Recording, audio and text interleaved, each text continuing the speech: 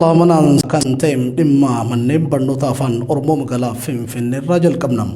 Finxalayyiin Amaara fi deeggartoonni garichaa magaalaa Finfinneetti manneen barnoota afaan Oromootiin barsiisuu hin qaban jechuun manneen barnootaatti hokkora kaasuun ajandaa tibbanaati.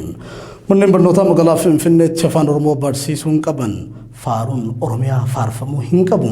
Barreeffamni afaan Oromoo barjaa manneen barnootaa magaalattii irratti barreeffamuu hin qabuun ejjennoo garee finxaaleyyii kanaati.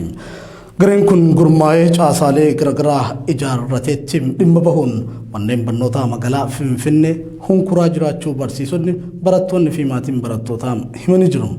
Caasaa isaanii kanas manneen barnootaa fi waajjiraalee keessattis gurmeessanii bifa qindaa'aa ta'een sosso'aa jiru. Murni jibbaa kun hanga manneen barnootaa humnaan seenee alaabaa buusuu faaruu afaan Oromoo dhaabsisuutti gahee jiraachuun mirkanaa'ee jira.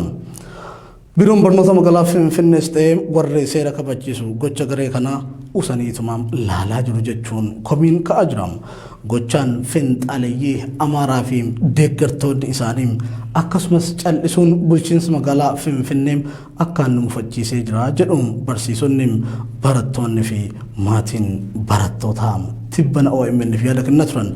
Duula kanam eenyutu jalqabe eessarraa ka'e dhimma jedhutti yoo tarkaanfanne odeessi jiru. Paartii Baaldaraas biraan nu geessam. Paartiin Baaldaraas duula kanam erga eegalee bubbulee jiram afaan Oromootiin manneen barnootaa magaalaa Finfinnee keessatti maaliif baratamam? Faaruun alaabaa Oromiyaa maaliif faarfatamaam?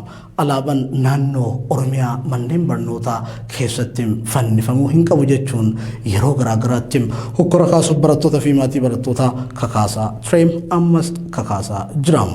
Paartiin Baaldaraas eenyummaa Oromoo fi Oromiyaa balleessuuf qabsaawaa paartii jiru sadarkaa isa fakkeessutti duulaam jibbiinsaa eenyummaa Oromoo fi Oromiyaa irratti oofuun karaa walirraan cinneen miidiyaa hawaasaa fi miidiyaalee idilee irratti lallabuu irratti argama.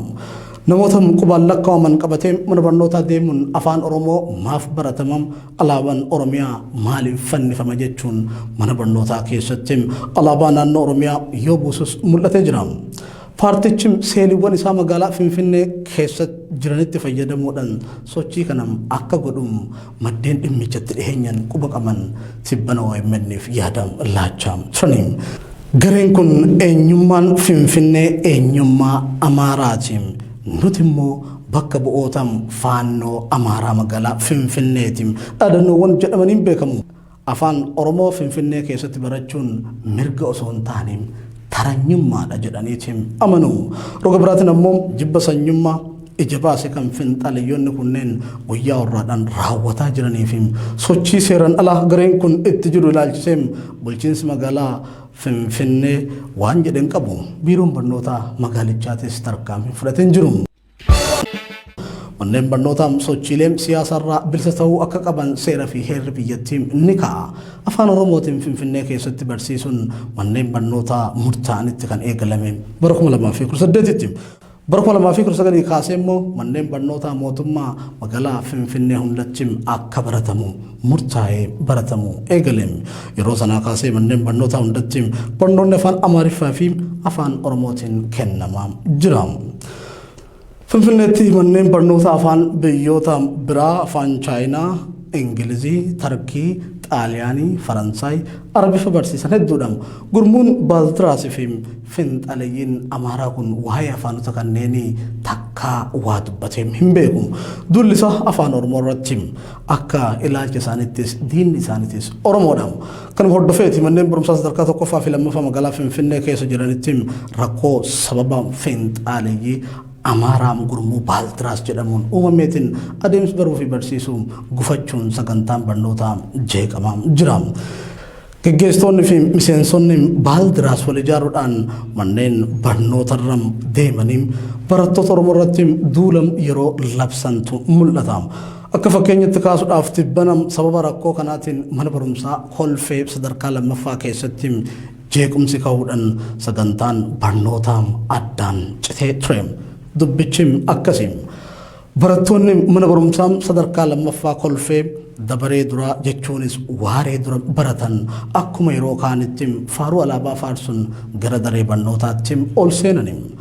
Mooraa mana barumsichaa keessattis faaruun alaabaa akkaataa lamaan faarfataman tokko kan federaalaatiin kun immoo kan lammataa immoo kan faaruu alaabaa naannoo Oromiyaati. Barattoonni Oromoo gaaffii faaruu alaabaa Oromiyaa waggootaaf gaafataniif deebii argachuun alaabaa Oromiyaa faarsuu eegaluun manneen barnootaa kan biroo keessatti kan bubbule ta'us mana barumsichaa keessatti reefu eegala. Erga barattoonni ol seenanii barnoota barachuu eegalanii booda barsiisonni miseensa Baaldiraas ta'an bilbilaan hooggantoota paartii Baaldiraas gara mooraatti yaamu.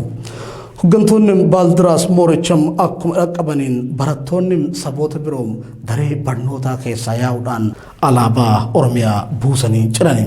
Kan federaalaas gabbuusuun mallattoo urjii handhuurarra jiru kutuudhaan dhiichisuu eegalan.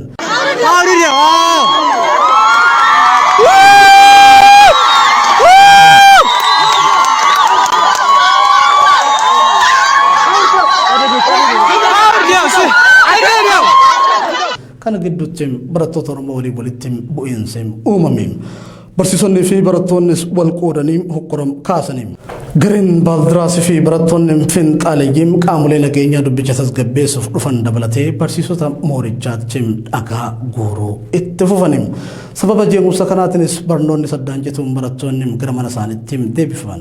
Haaluma wal fakkaatuun mana barumsaa Maskaram 21 kan kutaa magaalaa Addis Katamaa keessatti argamuttis rakkoo wal fakkaatan dhalatee ture. Humni ijaarame kan maqaa Baaldiraasiin of waamuun gara mooraa mana barumsichaa dhaquudhaan barjaa yookaan taappellaa afaan Oromoo dhaabbatee jiru jigsaniin yeroo kana walitti bu'iinsi guddaan barattoota gidduutti dhalate. Dubbichis osoo babal'ateen qaamoleen nageenyaa bakkicha dhaqqabuudhaan akka tasgabbaa'ee maddeen keenya garaagaraa himaa turaniiru. Rakkoon wal fakkaatan manneen barnootaa bulchiinsa magaalaa Finfinnee keessatti mul'achaa kan jiru yoo ta'u bulchiinsi magaalichaa gama isaatiin dhimmicha ilaalchisee waan jedhe hin qabu. Osuma kun kanaan jiru dhaabbanni Google afaanota Afrikaa 10 tajaajila afaan tokkorraa biraatti hiikuu yookaan Google Translate jedhamutti akka dabalee tibba dabre beekseera. Afaanonni Afrikaa tajaajila kana akka fayyadaman dabalamanis afaan Oromoo, afaan Tigree, Tiwi, Bambaaraa, Ewee, Kiriyoo, Lingaalaa, Lugaandaa, Sepeedii fi Tsongaa kanneen jedhamanidha. Abdiisaa Baanchaa Jaarraa ogeessa ICT yoo ta'u Google Translation irratti afaan Oromootiin tajaajilli akka jalqabuuf hiikaa jechootaa irratti namoota afaanicha hiikan qindeessuun gahee guddaa namaaf taphateedha. Afaan Oromoo hundee Oromummaa afaan Oromoo hundee Oromummaa gurratti mi'aawa yaa'an sagalee kee cirracha bishaanii. Bayini jechege gurratti mi'aawa yaa'an sagalee kee cirracha bishaanii bayini jechege. Gareen abdiisan qindeessu adeemsa hiikaa jechootaan keeyyataa fi gaaleewwan gara 280 irraa hiikanii jiraachuu miidiyaaleef ibsanii jiru. Afaanota Google ittiin hojjechuuf dabalatee 24 keessaa 10 afaanota Afrikaa keessatti dubbatamanidha. Afaan Oromootiin Google dhimma akka bahu ogeeyyiin afaanitiin dhiibban taasifamaa ture. Mil'uun keenya ammas akkuma itti fufetti jira.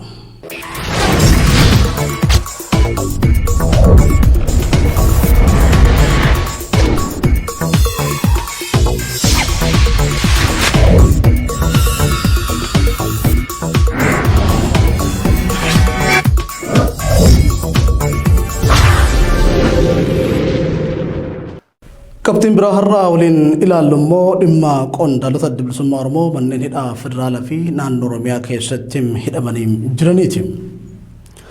Ajjeefamuu aartist Hacaaluu Hundeessaa booda namoota siyaasaa bebbeekamoo seeraan alam hidhaman keessatti qondaalonni olaanoon adda bilisummaa Oromoo fi miseensonni dhaabichaa ni argamu. Hidhaan miseensota adda bilisummaa Oromoo irratti taasifamu addummaan godinaalee Oromiyaa keessatti akka malee hammaatee jira.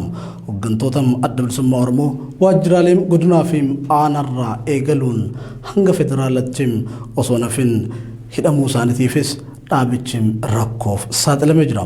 Hayyu dureen adda bilisummaa Oromoo obbo Daawud Ibsaa waggootaaf hidhaa mana keessaa erga hidhamanii booda ibsa ji'a lama dura komishiniin mirga namoomaa Itoophiyaa baase boodam hiikamanii jiru. Tibba kanas komishiniin mirga namoomaa waa'ee qondaalota adda bilisummaa Oromoo seeran alam hidhamanii jiranii balaaleffachuun ibsa baase. Akka ibsam komishinichaattis qondaalonni abaa'oo olaanoon mana hidhaa komishinii poolisii Oromiyaa fi federaalaa keessatti seeran alam hidhamanii jiru. Akka fakkeenyattis koloneel Gammachuu Ayyaanaam harka poolisii federaalaa keessatti hidhamuun himatni osoo ittiin banamin tureera. Obbo Abdii Raggaasaa badii tokko malee hidhamuun ergam hidhamaniiti immoo waggaa 3 guutuuf deemu. Gama biraatiin qondaalonni adda bilisummaa Oromoo warri akka Lammii Beenyaa, Kennasaa Ayyaanaa, Gadaa Gabbisaa, Mikaa'el Booranaa, Daawit Abdataa, Dr. Gadaa Oljirraa fi kanneen biroo mana hidhaa Burraayyuu aanaa sadaffaa keessatti ergam ugguramanii mana murtii fi abukaatota isaanirraa ittifamanii yeroon dheerachuusaa ibsim komishinii mirga namoomaa kun ni addeessa. Qondaalonni adda bilisummaa Oromoo Burraayyuutti hidhamanii jiran kun dhibee daddarbaaf saaxilamuun rakkoo hammaataa keessa jiraachuun isaanii ni himama. Qondaalli olaanaan dhaabichaa obbo Battee Urgeessaa dhibee xiruutiin qabamee erga hedduu miidhamee boodam kan hiikame yoo ta'u, yeroo ammaa kana immoo obbo Gadaa Gabbisaa, Kennasaa Ayyaanaa fi Abdii Raggaasaa dhibee xiruutiin qabamanii wal'aansa dhabanii jiraachuus abaa'oon ibseera. Komishiniin mirga namoomaa Itoophiyaa ibsa isaatiin qondaalonni adda bilisummaa Oromoo kun hatattamaan akka hiikaman kan gaafate yoo ta'u, sarbamiinsi mirga namoomaa Oromiyaa keessatti komishinii poolisii Oromiyaatti raawwatamaa jirus akka isa yaaddeessu. Qabxii keenya xumuraatiin Itoophiyaan biyyoota addunyaa lammiilee isaanii biyyuma keessatti qe'ee isaanirraa buqqaan hedduu qaban keessaa tokkoffaa taate jechuun IDMC'n gabaase. Buqqaatota biyya keessaa miliyoona 5 ol qabaachuudhaan addunyaarraa tokkoffaa kan taate Itoophiyaan akka gabaasa kanarraa hubachuun danda'ametti. Kunis sababa waraanaa dhiibbaa mirga namoomaatii fi hongeetiin jedhameera. Giddugalli lammiilee biyya isaanii keessatti qeerraa buqqaan to'atu IDMC'n xumura bara 2021 irratti biyyoota addunyaa mara keessaa lakkoofsi namoota buqqaanii miliyoona 59.1 gahuu addeesse. Biyyoonni buqqaatonni biyya keessaa hedduun keessatti argaman jedhaman Itoophiyaa, Afgaanistaan, Sooriyaa fi Riippaabilikaan Dimokiraatawaa Koongoodha. Afrikaa keessatti biyyoonni uummanni baay'een keessatti buqqa'e kanneen Saharaa gaditti argamanidha. Akka dhaabbatichi jedhetti Itoophiyaa qofatti lakkoofsi nama miliyoona 5 galmaa'ee lakkoofsa guddicha biyya tokkotti galmaa'edha jedheera. Dhaabbatichi waraana kaabam Itoophiyaa naannoo Tigraayitti eegalee gara naannolee ollaa kanneen akka Amaaraa fi Affaaritti ce'een uummanni miliyoona lakkaa'amu qeerraa buqqa'ee jiramu. Biyyoota Saharaa gadi jiran keessaa wal dhibdeen wal qabatee lakkoofsi namoota buqqaanii miliyoona 11.6dha. Balaa uumamaa wal qabatee kan buqqaan immoo miliyoona 2.6dha. Riippaabilikaan Dimokiraatawaa Koongoo, Afgaanistaan fi Miyaanmaar keessatti bara 2021 buqqaatonni biyya keessaa olaanaan galmaa'uu dhaabbatichi ibseera. Biyyoota giddugala bahaa fi kaaba Afrikaatti waggoota 10 keessatti yeroo jalqabaaf lakkoofsi buqqaatota biyya keessaa xiqqaatus ammallee haalli namoomaa naannichatti buqqaanii jiraniin yaaddessaadha jedheera. Dhaabbataan gabaasicha baase mallaqaan kan deeggaru kaawunsiliin reefuujii Noorweejiyaanitti kan jedhu gabaasni kun barreessaan dhaabbataan deeggarsa godhu kanaan Jaan Iglaand haala amma addunyaa irra jiruun lakkoofsi buqqaatotaa akka dabaluu danda'u himan. Jaan Iglaand gabaasni kun lakkoofsi namoota Yuukireen keessaa buqqaanii akka hin dabalanne ibsanii jiru.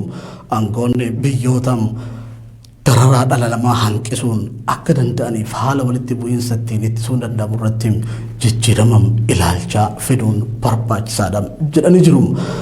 Bara 2021 buqqaatonni biyya keessaa miliyoona 38 galmaa'anii jiru. Kanneen keessaa miliyoonni 14.4 qe'ee isaanirraa buqqa'uuf kan dirqaman sababa walitti bu'iinsatiin. Daayirektarri giddu galeecha Aleksaandar Bilaak bakka buqqaanitti haala amansiisaa ta'e yoo uumuun hin danda'amne yookiin buqqaatota bakka biraa qubachiisuun yoo dadhabame furmaata miti jedhanii jiru. Yaadannoodhaaf giddugalli lammiilee biyya isaanii keessatti qeerraa buqqifaman to'atum IDMC'n gabaasa isaa walakkaa waggaa kan bara 2018 qe'ee ofirraa lammiilee buqqaan qabaachuun addunyaarraa Itoophiyaan adda duree ta'uu eeree ture. Akka dhaabbatichim yeroo sana gabaasettim Itoophiyaa keessaa baatii fulbaanarraa eegaluun bara faranjoota 2018 qabee lammiileen miiliyoona 1.4 ta'an qe'ee fi qabeenya isaaniirraa buqqaanii gargaarsa barbaadaa turan. Mana maree baqattoota warra Noorweeytiin daayirektara kan ta'an Nigel Trix uummanni miiliyoona 1.4 ta'uun qe'ee isaarraa buqqa'ee addunyaan irratti dubbachaa hin jirtu. Addunyaan Itoophiyaa argaa hin jirtu jechuunsa ni yaadatama. Wayitii sanatti buqqaatota miiliyoona 1.4 addunyaan Itoophiyaa argaa hin jirtu kan jedhame amma immoo gabaasa tibbanaatiin namoonni miiliyoona 5 ol qe'ee fi qabeenya isaaniirraa buqqaanii jiru. Egaa daawwattoota keenya mil'uun tibbanaarraaf qabannee dhiyaanne kana fakkaata torban qophii biraatiin hanga walitti deebinutti nagaa ta'a.